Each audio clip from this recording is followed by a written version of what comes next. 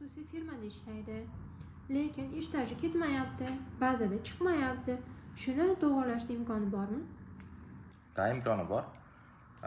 O'zi singlingiz ishga kirgan paytda ish beruvchi yoki uni buxgalteri singlingizni ishga qabul qilingan kundan 5 kun o'tib, menejer tomon tuzilgan kundan 5 kun o'tib, My Mehnat Uz degan yagona baza bor, shunga kiritish kerak. Shunda sizda singlingizni barcha ma'lumotlari, ishlab turgan ish o'rni haqida ketadi va ertaga bu ish stajini hisobga olishda qo'llaniladi. Agar kirgizmagan bo'lsa, siz qo'lingizga ishlash to'g'risidagi hujjatlari, mehnat shartnomalarini olib, ish beruvchingizni sudga berasiz, fuqarolik bo'yicha sudga. Majburiy ravishda My Mehnat bazasiga kiritish majburiyatini yuklash bo'yicha. Shundan keyin sud hal qiluvchi qaror chiqarib beradi va shu hal qiluvchi qarori asosida ish beruvchi singlingizni My Mehnat bazasiga kiritadi.